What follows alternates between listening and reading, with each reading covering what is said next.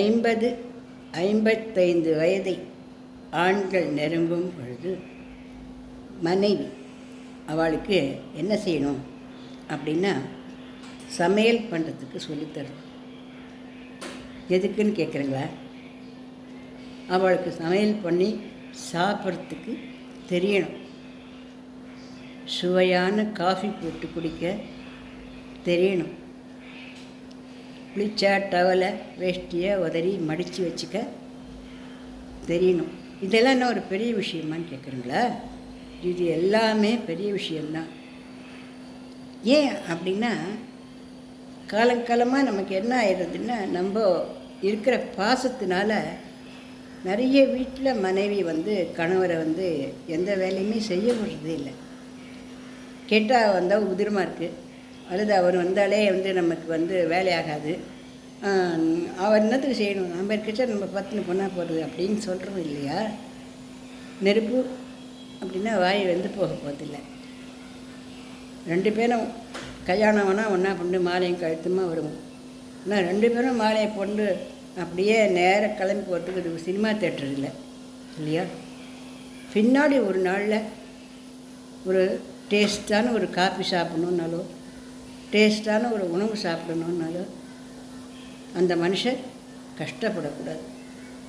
அதுபோல் உட்காந்தே அவள் எல்லாமே மனைவி பண்ணிவிடுவா அப்படின்னு நம்ம பழக்கம் பண்ணிட்டோம்னா பின்னாடி அவளுக்கு அதே தான் பழக்கமாக போகும். அவளால் எழுந்து எதுவும் பண்ணிக்கிறதுக்கு தெரியாமல் போயிடும். பழக்க தோஷத்தில் அவள் என்ன பண்ணுவா? அதே மாதிரியான அவள் அதிகாரம் சொல்ல முடியாது, இந்த ஒரு அதிகாரத்திலே அவள் தன்னை அறியாமல் இருந்துடுறாள். சில இடங்களில், எல்லாரும் அப்படின்னு சொல்லலை. இது பல இடங்களில் அவளுக்கு சங்கடங்களை கொடுக்குறது. மனைவி போயிட்டா அப்படிங்கிறது துக்கம்தான். மனைவியோட அவள் நாக்கு டேஸ்ட்டு, அவள் பழக்க வழக்கங்கள், அவள் சுக சௌகரியங்கள் எல்லாமே போயிடுமா? என்ன அது போக முடியாதே இல்லையா? இதை நினச்சி பார்க்கறதுக்கு கஷ்டமாகவே இருந்தால் கூட நம்ம நினச்சி பார்த்து அது மாதிரியா செய்யணும். அதுபோல் மனைவிங்கிறவ ஒன்றுமே தெரியாதவளாக இருக்கக்கூடாது. ஒரு பேங்க்குக்கு போய் ஒரு பணம் காசு எடுத்துகிட்டு வர தெரியணும். 4 காசு பேங்க்கில் போய் கட்டுறதுக்கு தெரிஞ்சுக்கணும். எந்த கடையில் எது சீப்பாக விற்கிறது, எந்த கடையில் எது நன்னா விற்கிறதுங்கிறத தெரிஞ்சுக்கணும். ஒரு சமயம்னா 4 காசுக்கு அதிகாரியாக அவள் இருக்கணும். ஒரு சமயம் வீட்டில் சாப்பிட்றதுக்கு முடியல, சாப்பிட்றதுக்கு பிடிக்கல, கணவன் இல்லை அப்படின்னா கூட அந்த 100 ரூபாயோ 500 ரூபாயோ ஹோட்டலில் போய் அவளுக்கு என்ன வேணுமோ வாய்க்கோ வயிற்றுக்கோ ஒரு வேளை சாப்பிட்டு அவளை ஒரு மனசு நிம்மதிப்படுத்திக்கிறதுக்கு அவளால் முடியல. இதெல்லாம் ரொம்ப சின்ன சின்ன விஷயங்கள் மாதிரி தெரியறதை ஒழிய, இந்த சின்ன சின்ன விஷயங்களில் நம்ம கவனம் எடுத்துட்டோம் அப்படின்னாக்க எப்போவுமே லைஃப் ரொம்ப சந்தோஷமாகவே இருக்கும். 100 வயசு வரைக்கும் கணவன் மனைவி ஒற்றுமையாக இன்னும் ஒற்றுமையாக போட்டோம், அது வேணான்னு சொல்லலை.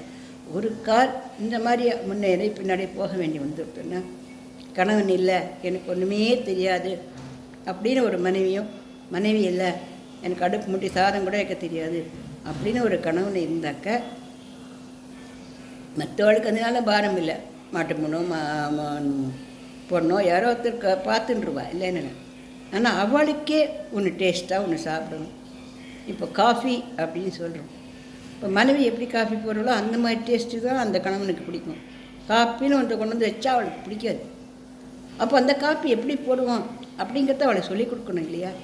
இந்த காப்பி அப்படின்னு அர்த்தம் இல்லை. அந்த காப்பியோடு சேர்ந்து உட்காந்துன்னு பேசின பேச்சுகள், முன்னால் தாங்க இருந்தக்கூடிய கதைகள், என்னென்னவோ விஷயங்கள் அதில் இருக்கும். இதெல்லாம் பைத்தியக்காரத்தனமாக தோணலாமே வெளிய. ஒரு காப்பியை பார்க்கும்பொழுது அந்த கணவனுடைய நினைவு தோணலாம் மனைவிக்கு. அதுபோல் ஒரு மனைவிக்கு கணவன் நினைவு தோன்றது கூட எவ்வளோ சந்தர்ப்பங்கள்லாம் இருக்கும்.